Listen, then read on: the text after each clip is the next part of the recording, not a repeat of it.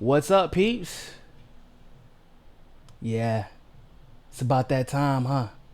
It's about that time. I know some of y'all may have heard the news, some of you might not have heard the news, but it's qualification day. And although Tulsi qualified for not one, not two, not three, not four, not five, but six total polls, this sixth poll made it so that Tulsi is indisputably part of the October debates. Oh, she's back. Now, once again, I'm going to pat myself on the back a little bit here. I'm going to pat myself on the back. Because on August the 26th, whenever we were upset, and rightfully so, and should still be upset, that Tulsi didn't make the debate polls, I said back then, I said there is a very good reason why they're not releasing these polls. Because at that point, they had only released about 6 or 7, despite the fact that there were 16 DNC approved polls. I said, you can probably surmise that Tulsi is likely to qualify in the polls that they have left to put out. And that is exactly why they didn't push them out. That's why those CBSs and the ABCs and the CNNs didn't sponsor those polls to be released. Because let's be honest, the DNC doesn't have a small vendetta against Tulsi. It's a pretty huge one, given the reaction to Tulsi utterly destroying Kamala's career. But I said on August 26th, don't worry, because I have a pretty damn good feeling she's going to be in the October debates, but they're not releasing the polls, so she can't qualify for this upcoming debate because they believed she would fizzle out. Cory Booker's campaign fizzled out. Bill de Blasio's campaign fizzled out. Kirsten Gillibrand's campaign fizzled out. You're starting to see the pattern here. So it isn't like their thought process was unfounded. It wasn't like it wasn't based in like the reality of how most campaigns would react to being excluded from that debate. But this isn't most campaigns, and this isn't most politicians. This is Tulsi Gabbard, who looked at you straight in your face and said, I don't care. I mean, I care as far as transparency is concerned. We want to make sure that it is the people who are in charge of this election, not the elites. So from that perspective, she was concerned, and she had every right to be. But she said, we're not focused on the debates. We're going to focus on these states. And they were like, no, don't focus on the states. Because if you've noticed, being excluded from the debate didn't hurt her.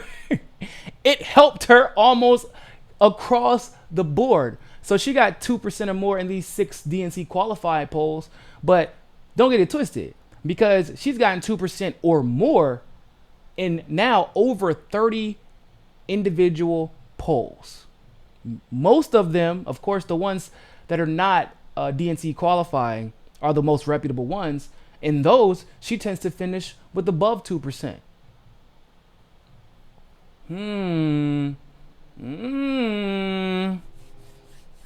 Now, I know what a lot of people are thinking. She has to go after Kamala. Or, well, if she wants to go after Kamala again, I'm more than happy to assist with that. But it's people are thinking she has to go after Kamala. She has to go after Warren. She has to go after Biden. So I don't think she has to go after Biden because, come on, let's be honest, everybody. His campaign is kind of destroying itself. And now it's getting to that point that I said we would arrive at, where now Biden is getting that sympathy factor that I never wanted him to benefit from. Because they're like, oh, be nice to him. He's an old grandpa. He can't help it. So like now attacking him makes you come off like Julian Castro, who was, no pun intended, castrated the next day for calling out Biden's lapses. That's what we're going to call them, memory lapses. Okay? He was called out for that. Some people think he was right. Some people think he was wrong. But when you are going after one of the establishment's chosen, you will get attacked for it. And Tulsi really has nothing to gain for going after Biden. She's not getting his voters. That's not the same camp. Now, Kamala. I think that Kamala still has some questions to answer. Miss, I'm proud of the work that I did. We were a progressive attorney general's office, okay? I did a lot of initiatives. I mean, most of those initiatives involve putting kids in jail for being, absent to school, and putting other people in jail for weed, and withholding evidence so that cops don't get convicted and that innocent men stay in jail. But she's proud of those initiatives, and that's fine.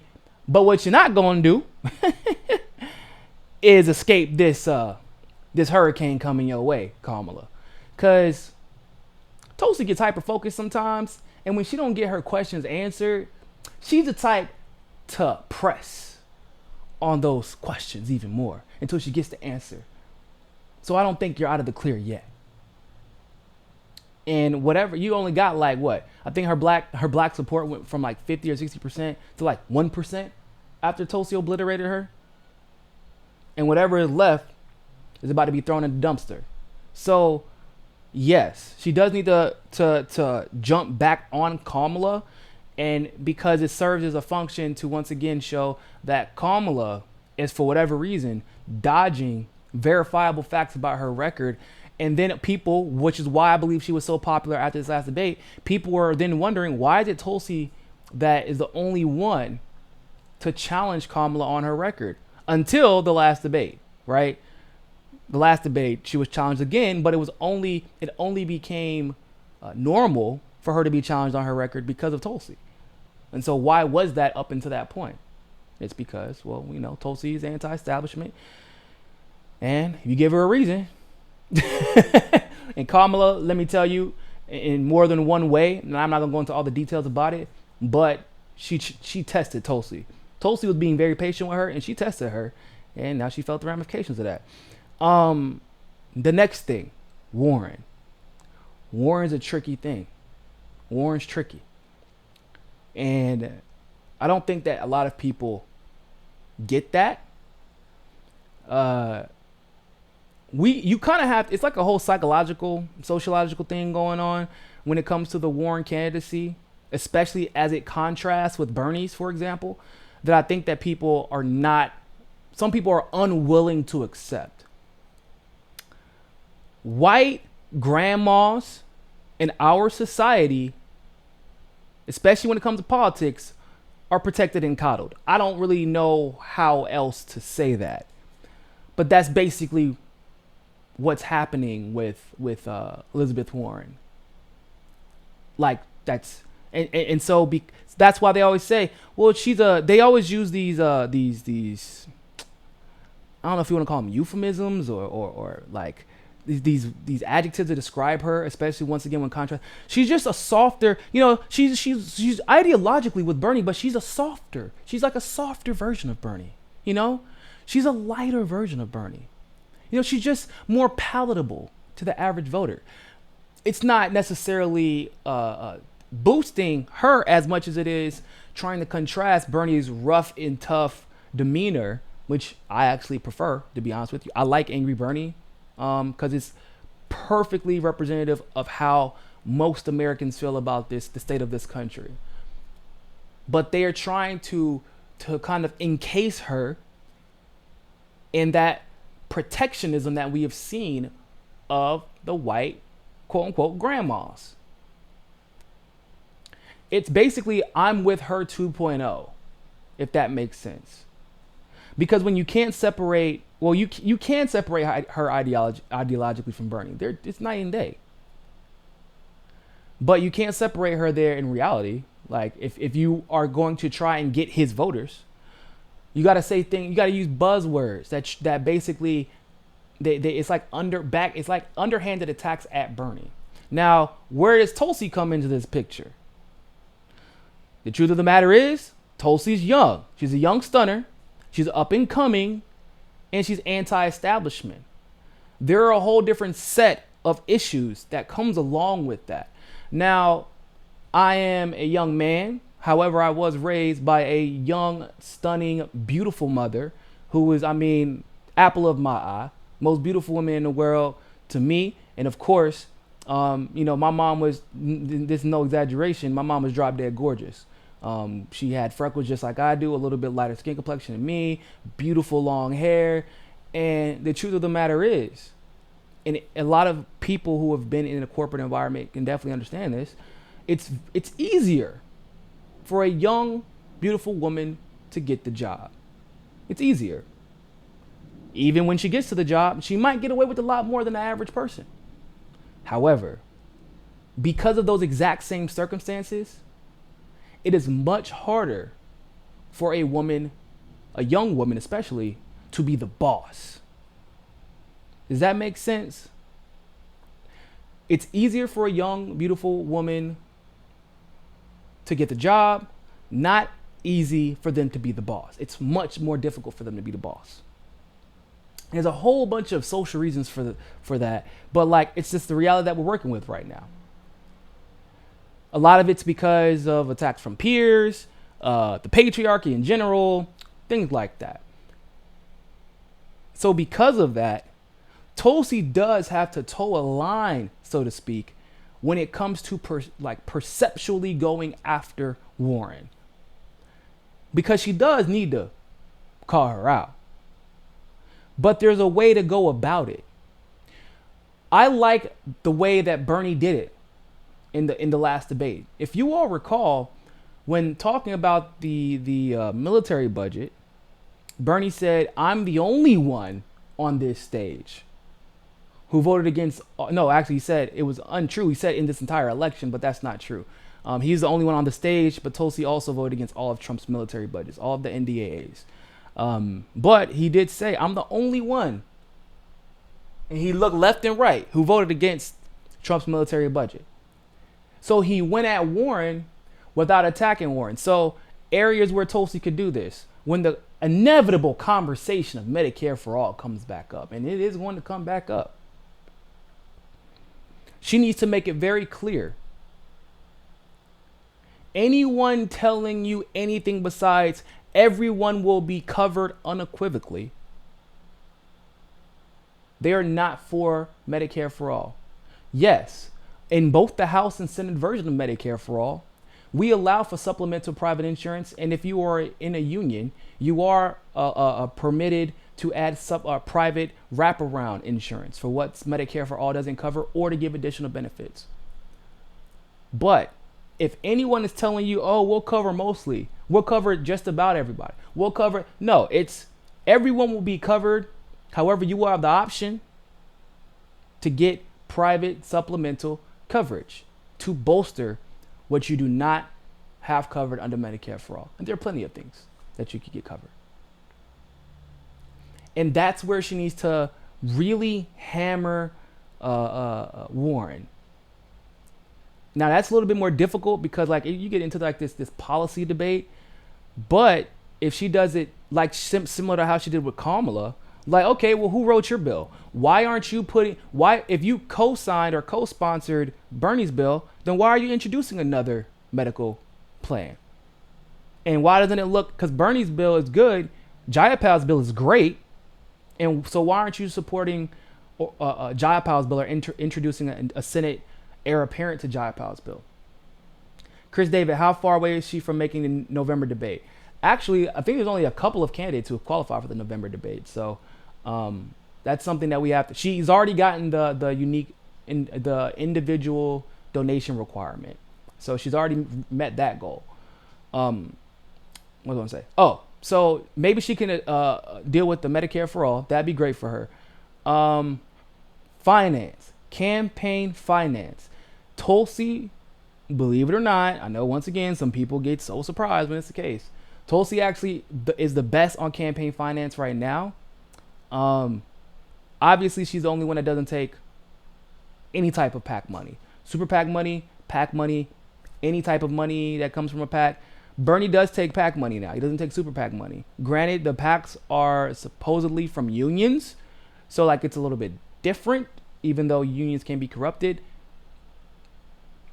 Tulsi is still the best this go around when it comes to campaign finance reform or campaign financing for her election. Also, Tulsi, out of this entire group, unless I'm missing somebody, Nope, I think that's it. Tulsi is the only one in this entire race who has already co-sponsored legislation for the quote-unquote move to amend movement. In other words, introducing a constitutional amendment to completely get rid of campaign finance or big money, I should say, out of politics. She's the only one who's co-sponsored that movement and co-sponsored legislation to get that amendment put into the Constitution. So why is that a big deal? Because, well, Elizabeth Warren's all talk, no action. Oh, and Tulsi also has anti-corruption legislation as well that's more thorough.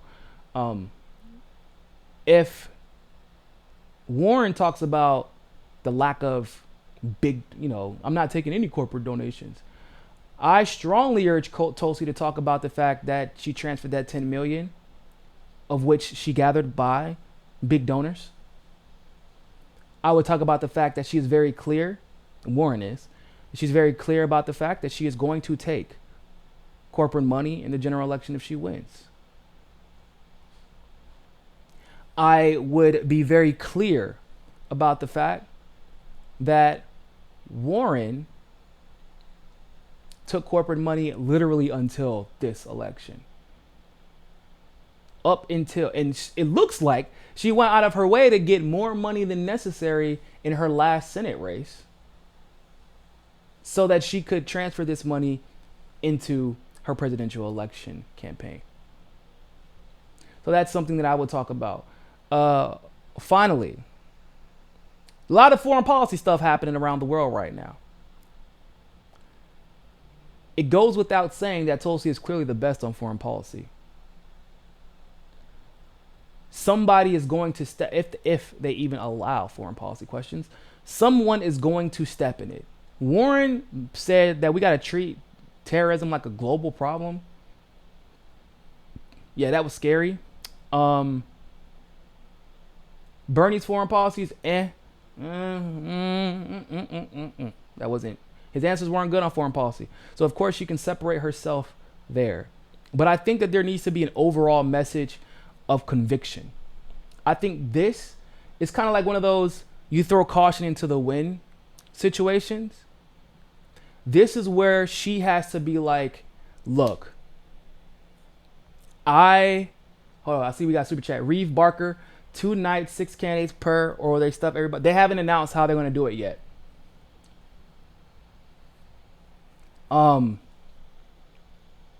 But this is where she has to separate herself from everybody else. Everybody. Last election, when she had a chance to remain the anointed one by the establishment, she was like, nah, y'all cheating. I don't want any part of it. Then on top of that, she evolved.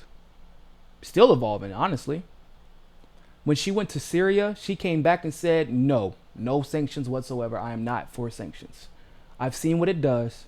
I don't want any part of it. It completely reshaped her because she and Dennis Kucinich actually went together, and it changed both of their views on the entire situation as far as sanctions and how we give humanitarian aid and all that good stuff. Speaking of Dennis Kucinich, in his Ohio election for governor, guess who Tulsi endorsed? Kucinich. Guess who Warren endorsed?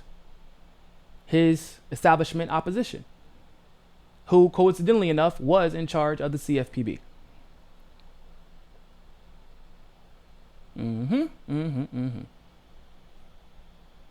JVL, thanks for the super chat. Whenever it was time to endorse Bernie at the convention, where was Warren at? I'm with her. I'm a fighter. Where was Tulsi at? And the way she needs to link this back to, so if I had conviction to do the right thing when everything was on the line, not just during the election, but even after, how many people on this stage can say that they did the right thing when the world was watching?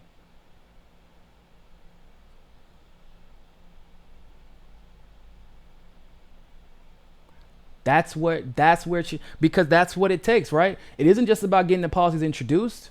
It's about having the conviction to carry them out. to stand up to the big money interests, to stand up to the foreign policy establishment.